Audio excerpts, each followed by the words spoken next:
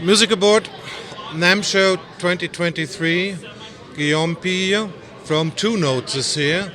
And we're going to continue on that path of where the ideas come from and what had been necessary to basically invent the product that is now widely available in multiple amplifiers from different companies and as a standalone product. So if you look back in time, which kind of invention or happening in the music world was the kickoff point to saying that is a product I want to do?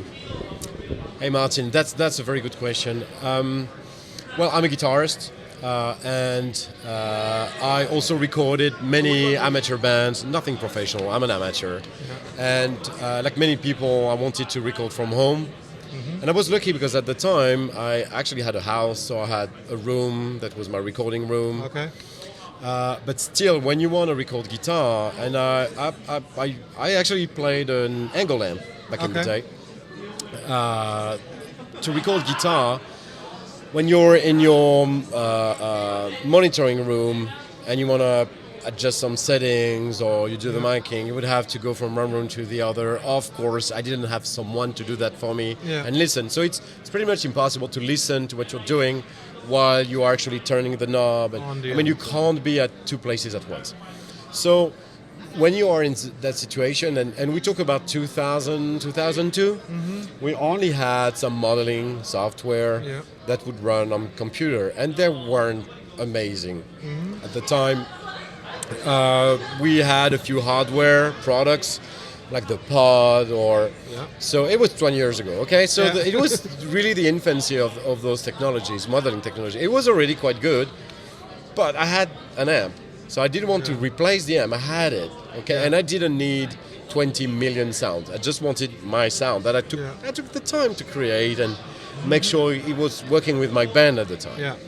So I looked at solution to be able to have the amp with me, to not have to run to move the mics and stuff. And pretty early on, I tried pretty much every load box on the market. So a load box is that device that lets you replace the cabinet, and the amp believes it's plugged into a cabinet, while it's just an electronic device. Well, it's just ruining energy. Pretty much. An amp needs a load. It's like an engine. If you run an engine and there is no load, like no wheel on a car, the axle will start turning so fast, and you can burn the engine. So an amp, a little bit, the analogy works. It's a little bit like that. The amp will just run with no load, and some very high current could appear and fry the transformer, fry the tube. Anyway, so I needed that system, and I tried pretty much everything on the market, and I was not really convinced by what I was trying, mainly because they were just basically like big resistors. Just ruining energy. Exactly. Not taking into account that a speaker would behave different than a resistor. Exactly. So it was great to heat up the room, but not amazing in terms of sound. So that's one part of my project, looking at that and trying to find something that was better. The other part was the digital part. So all those devices, those load boxes, Palmer, THG, Groove Tubes, I tried Marshall, I tried pretty much everything. They all use analog modeling, filtering. Filtering, Let's be honest.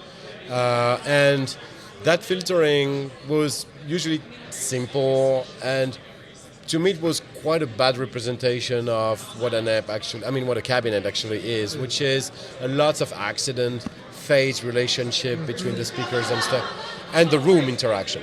So doing that with an analog filter is impossible. You can do something that you will like, or I will like. It will work if you add some reverb, if you do some EQ, but it never sounds like a real recording. So at the time, again, 2002, 2003 maybe, there was a few scientists who were already doing some convolutional speaker sim. The main energy was put into reverb. So the first plugin, I believe the first plugin existed at the time, or the first, even some hardware reverb, like even before the Brickasty stuff that came later. You had, I think Sony had one. It was very hard to use with a CD. I mean, it was complicated. Yeah. And nobody has one. Yeah. I didn't have that kind of money anyway. So I tried to find some free solution that I tried, and then I finished developing my own plugin to do this, and experimenting with reactive loads, basic ones. And then, but they were still reactive. It was not just a big resistor. Yeah. So the amp would behave a little bit better, a little bit more closer to what it is. Exactly, to a real cabinet.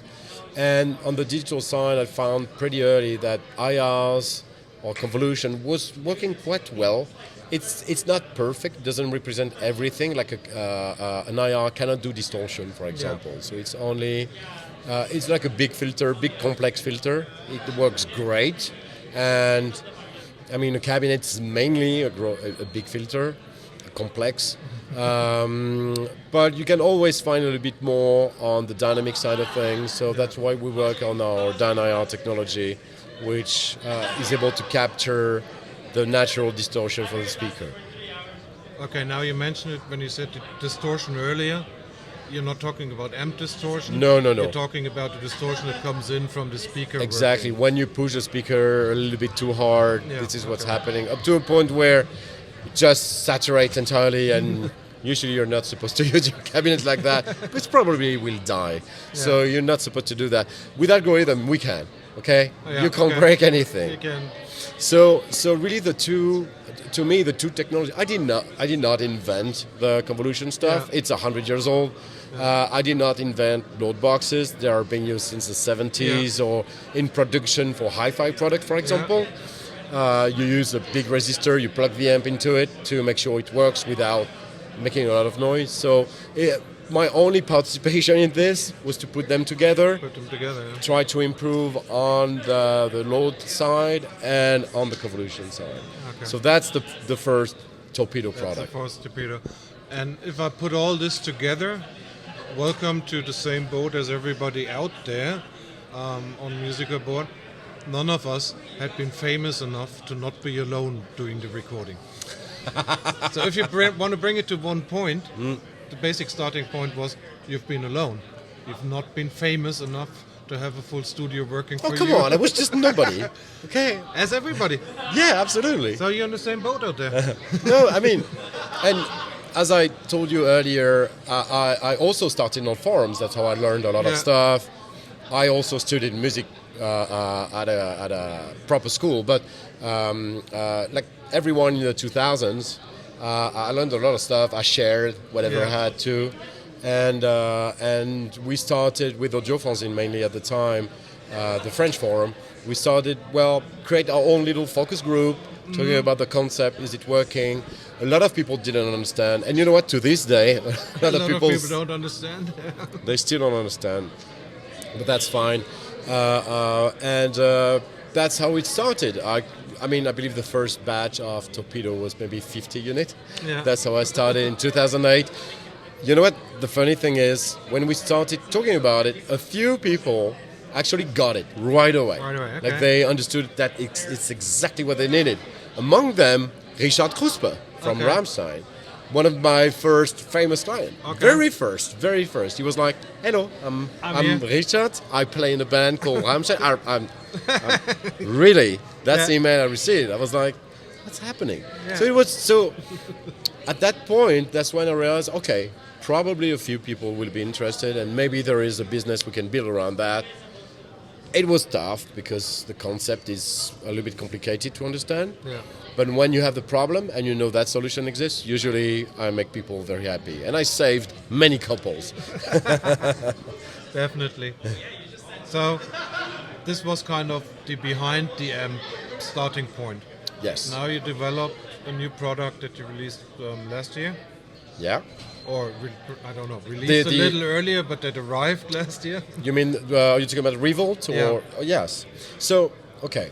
So a part of our customers, they are totally fine with digital. They are embracing digital, and it's okay. We also have some customers that prefer analog, and they like that analog filtering. Okay. And they also like the fact that there is no firmware update, there is no software issue, there is no latency, there is no... And also, you know what? I love analog, right? Yeah. I created a digital solution to be able to use my analog system, my amp, my effects, and everything. It's just that the digital at that place in the signal path works amazingly better to me than the analog filtering. But some people, they like that. Analog filtering, like speaker sim, works because like when you're on stage, the sound you hear, it doesn't sound like a miking, but it's easier to fit in a mix. You hear yourself a little bit better. It's instant. Many friends actually like the fact that there's no button, no nothing, just play. Yeah. So ReVolt, what it is? ReVolt is we created it as a standalone unit with 3 channels, 1 tube running at 200 volts. So it's close to what you would have in a real tube preamp. Okay. But in a small enclosure. The 3 sound, we talked to our customers to figure out which one they liked. So actually those are 3 amps from my collection, which is a Fender Bassman from 74, a Marshall Super Lead 73, and a Soldano SLO from I don't know when. Okay. And because to me those are the 3 sounds you need to have if you're searching for a little bit of variety in your tones. You're looking at departments and not at really tiny little puzzle pieces. So you're hitting all the 3 major departments with that. Exactly. And tweaking can happen in between that, and you might get closer to this side or this side. So you can still tweak them a little bit. Oh, absolutely. The product is designed to be simple. So it looks like an amp that we put on the ground. I didn't want to have a million options because we have that in the digital stuff we sell. So I wanted something really simple, instant. You just have to plug, have fun, go on stage with that. So it's a different type of user. We wanted to match the people that are searching for some kind of analog amp modeler. Okay. So the heritage, we look upon Tech 21, those guys who actually change the way hundreds of thousands of people play guitar. At the time in the 80s was a revolution. Our participation to this was to create an architecture around a tube that works and sounds like a tube amp. And I think we're not too far from that. I'm quite happy with this product. We put a lot of effort into the design, the input outputs, and we got a very, very good reception to it. But I know some people got a little bit puzzled by the fact that it's an analog product and they think 2 notes is digital. But you know what? We had analog since the day one. The first preamp we released were in 2015 or 16, so it was quite some time ago. And I love analog.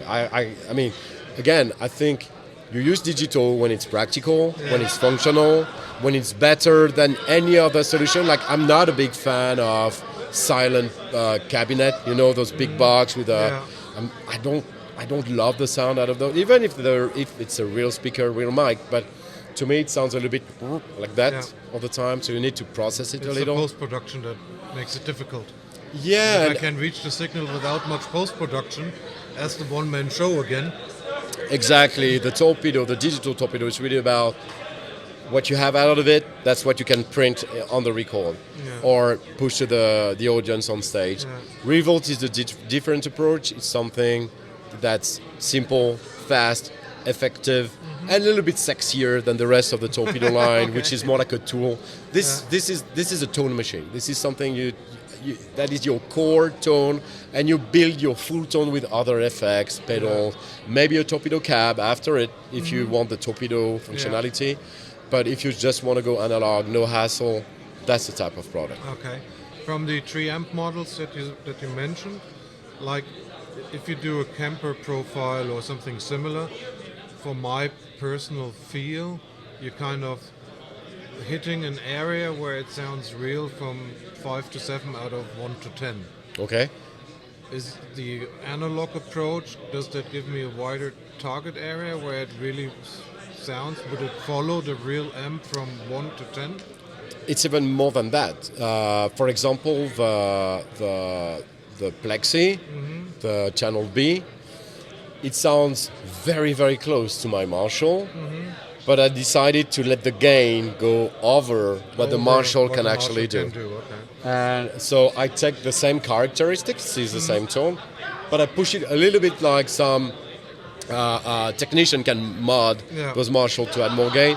I took the same approach and let it go way over what it's supposed to do. Okay. So you can actually try to replicate exactly and stay there. And yes, with analog you have a lot of options to make it better.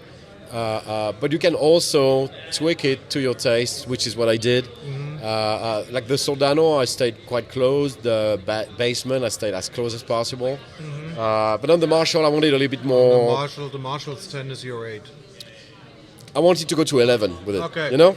Yeah. And where's the cowbell? This Marshall Exactly. goes to 11 and here's the cowbell. I wanted to go because it's easy to do. With the torpedo, we want to be exact, okay? 100%. We're never 100%, let's be honest, but as close as possible, as the technology allows us. And but with the analog, again, because it's a tone machine, so I can adapt it a little bit to my taste or to really what I think people will like. So thank you for the wrap up of the two kind of product ideas and where that all came from. We also talked a bit around it to make it possible for users to have more access to the product and the information. So we established a link where I can forward questions that are not solved by users for users. And we find other interesting stuff to do together as well. We are very happy to be participating in the forum. I will try to play nice. I don't speak German, so that probably won't be me answering there. I know you guys all speak very good English anyway, but if needed, I would be pleased and have an awesome team of technicians who are at least as good as I am.